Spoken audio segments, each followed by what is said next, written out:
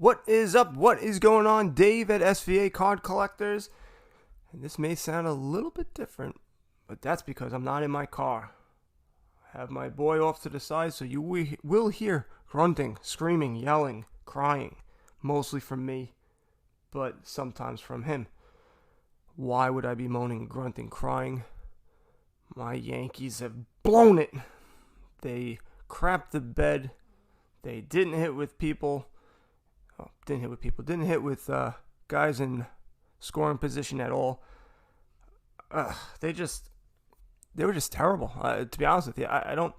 And the worst part is, I don't think the Astros played that great either. I really don't. I don't think the Astros played particularly well, but the Yankees just played much worse. Outside of, I think Altuve played great. I mean, yeah, he got the game-winning home run, but I don't have a problem with him for some reason. I don't know why. I just don't. But I don't know. They they did the total opposite of what they were doing all season long, and I think that's somewhat of a product of this stupid, everything with stats and analytics and things like that. Like you saw with Oakland, they were great during the season for analytics, but in a short series, that stuff doesn't work too well. You need a pitcher to go more than 3 to 4 innings. I think that the Astros saw too many of the relievers too often, so they just got used to them, and they just figured them out. And so I think that was a huge issue. Plus, the Yankees just didn't hit. I tip no hat to the Astros. I'm a big baby when it comes to that. I give no credit where credit's due. I don't know who I want to win, Nationals or Astros. At least we go, at least we lost to the champions, but I really don't care. I probably want the Nationals to win just because they haven't won before. If it was like St. Louis Cardinals, I probably would go for like the Astros. But since the Nationals haven't won or done anything, and plus that would really screw Bryce Harper, and I think that makes everyone happy.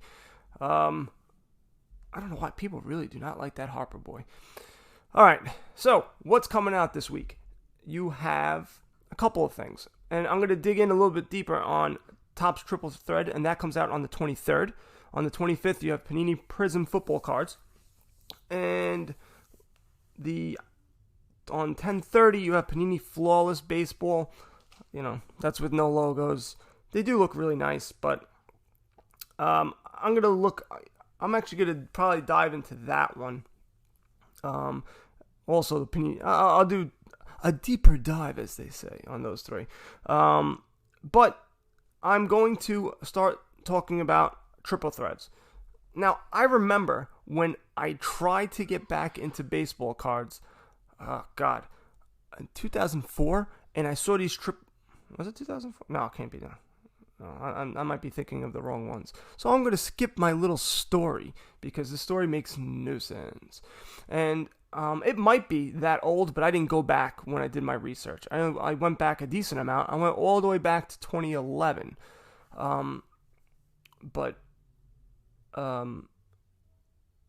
remember triple threads are beautiful cards. They look really nice. I like the relics on there. They have like piece of a bat or uniform. Card looks nice. The autographs look real nice. These have the big ones are the Deca cards, and those Deca cards, you have 10 autographs on it. Hard to get. It's not like you're going to be able to get one, but they do look pretty cool. And when you see case openings of them, they look really nice. This is one of the sets I would say that you should look to do case openings for. It's a little expensive right now. They go for $205 and $219, and this is what you're going to get. You're going to get one autograph, pack one. There's 2 packs. You get, it's 7 cards per pack. You get one autograph, jumbo relic, or a rookie autograph to $99, one triple relic to $36. So you're already getting a pretty good, with regards to scarcity. Then you get 3 base cards and 2 base parallel cards, and that's in the first pack. The second pack, you get an autograph triple relic, which is to $99, a jumbo relic to $36, 3 base cards and 2 base parallel cards. So you do get a decent amount of cool looking stuff in each box, but you are paying $205 and $219 to 219. Now, I was looking at the older ones, so I went back and I just kept on back, and I would go to 2008, to 2018, and I'm going to say this throughout the whole thing: the boxes pretty much stay the same price. You maybe pay a little bit more, but this is not the set to just hold on to a box. It's just not there. So 2018, all the high-end value stuff, all the Acuñas, all this, I believe Soto's in it. They're pretty strong, and when I mean strong, you have the Deca cards that are going for like 1,500, 1,000, maybe. I don't think I saw 2,000, but right up there. Everything else from there would come down, but you're talking about 800, 700, 600, and then 500 to 400. A lot of cards are in that range. And each guy, I didn't go through each rookie and all that nonsense, but you could tell 2018, you know who the rookies are.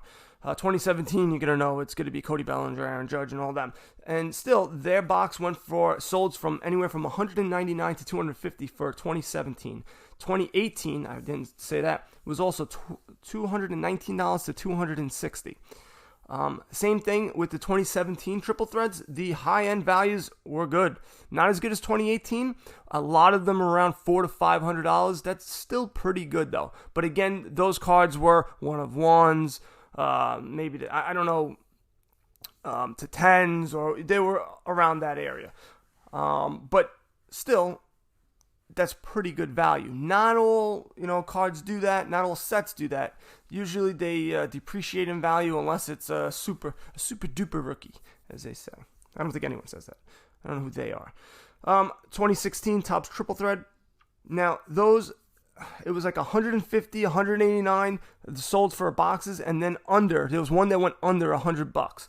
And that was a best offer. So you may want to take a look at 2016.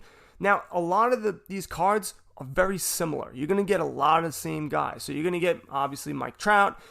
You'll get Ken Griffey Jr. You'll get, all the Hall of Fame older guys are going to be in there in each year. So if I was looking at this and that's who I was shooting for, I would just buy the card. But if you don't want to do that and you want to just, go for the gusto, try 2016 because it's a cheaper box. And like I said, a lot of the autographs are similar. Yes, there's going to be some changes and things like that, but I don't know how Ken Griffey Jr. is still in this set. He's always in there. Like, he's in all these baseball cards. Derek Jeter's in all these baseball cards. They haven't played in God knows how long, yet they somehow figure out a way to get in there with their autos. And they do sell really well. So I just keep that in mind. If you like the design of 2016, that is a cheaper route. 2015 goes for $215. 2014 triple threads go for $236. 2013 goes for $250, but none sold. But that was the only one that was available. Now the 2012 triple threads, there was one for $239, and that was sold. And now there's one for $700. Now 2012 triple threads, I believe, is the first Trout card. There is a 2011 triple threads, but I didn't see any solds. I didn't see any boxes, and I didn't see any Trouts. And I would say if I put in 2011 triple threads Trout, I would have saw 1,000 of them. So they weren't there. So if I'm taking a look at this, again, like I said, these are really nice cards. These are good-looking cards. The higher-end cards keep their value. If you're looking for the Hall of Famer, retired guys, things like that, you may want to look for a cheaper box like in 2016. Don't hold on to these boxes. These boxes are not something that you're going to hold and 10 years later sell for maximum profits, because that ain't happening. That ain't happening, brother. I watch too much Hotel Transylvania. When you have a movie in the car and it just plays constantly over and over and over again, you start getting good at their voices. So that's what I saw with triple threads. Really like triple threads. But I would, again, watch the case breaks. You don't need to buy pre-sale or anything like that. Just take a look at the cards. I think they look nice. Yeah, that's pretty much it. I was watching Topps update. Sorry to segue. I'm going to segue over to the Topps update. Case break. A guy named Jabs Family. A lot of people, I suggested people to watch that. And he's pretty big. He's got almost 50,000 subscribers to his YouTube. And he was opening up Topps update case. He opened up 7 cases. It took like 6 or 7 hours. How could you do that? All in one shot? But anyway, so he was opening box after box. And all I saw was relics. All I saw. That's all. Relic. I didn't see any autographs. I think there was one autograph out of all of them. And I wonder if there is a difference in autos to relic ratio in the update. Because I remember when I saw cases, it typically was you get 4 autographs. And 8 of the boxes, if there's 12 boxes in a case, 4 of them would be autographs, 8 of them would be relics. He was at 10 to 1 in one case. I couldn't stay up and watch it. I was passing out. But just, I don't know. Maybe Topps update autos may go for a little bit more. Maybe they're a little bit rarer. I'm not too sure. I just noticed that, and maybe it was just one case and that was it. But I'm going to follow up and look around and see if that is the case. I'll ask some people on Twitter. They tend to have good information and also a blowout. But this is also, God knows how long, and in the middle of the night. It was like 2 o'clock in the morning as I'm feeding the kids. So I just decided to that's what I do. I decide to watch case breaks. That's how exciting my life is. And I'm just going to dart back over to Triple Threads. For the case breaks, you get 18 boxes. So that is a crap load of autographs. So it's going to be 1, 2, there's 2 autographs and triple relic. That's just 2 autographs. So you get 2 autographs and 2 relics per box. So that's a decent amount. You get 36. Big game for my Jets. Football, big game for my Jets. I hope they beat the Patriots. I'm not. That's all I got to say about that.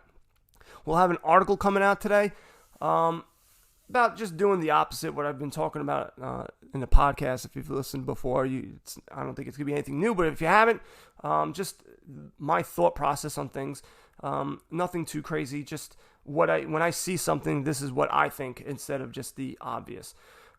If I see a run on Baker Mayfield being sold, I'm looking for somebody different, somebody else, a different card that isn't selling as well as Baker Mayfield and things like that. That's what I'm thinking.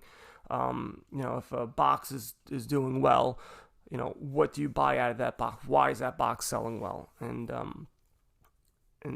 things of that nature. You'll also be seeing an email because I was checking the prices for Triple Threads, so I'll find the best prices for you guys on eBay. And if you guys want to buy a box, which again I would suggest, if it's not, for investment purposes, obviously you wouldn't buy the box, but if you like the cards, not everything is just investment. Some of it's just, I want these damn cards. I want them. I need them. So there's that as well. Football, I didn't watch too much. I watched some of the Giant game. Kyle Murray looks pretty good. Not going to lie. And Russell Westbrook, he came down to earth. And I'm surprised that they lost because they were playing real well. Packers look like it seems like the Packers every once in a while, like they'll always be okay, and then one year they'll just be awesome. And I think this is the awesome year, and everyone else is just down a little. Like Minnesota. You got Minnesota, Detroit, and Chicago all doing well. That's a tough division. And I think they're just too far ahead of everyone else right now. No, it's still early, so I shouldn't say that. But they just, I don't know. They just look like they're pulling out wins out of their tuchus. And I know Minnesota's 1 game out. I was more talking about the Bears and the Detroit Lions. Vikings is still doing well, but I don't know. I just don't have I think it's going to be the Packers. Saints, 49ers, I'm surprised. They're doing well.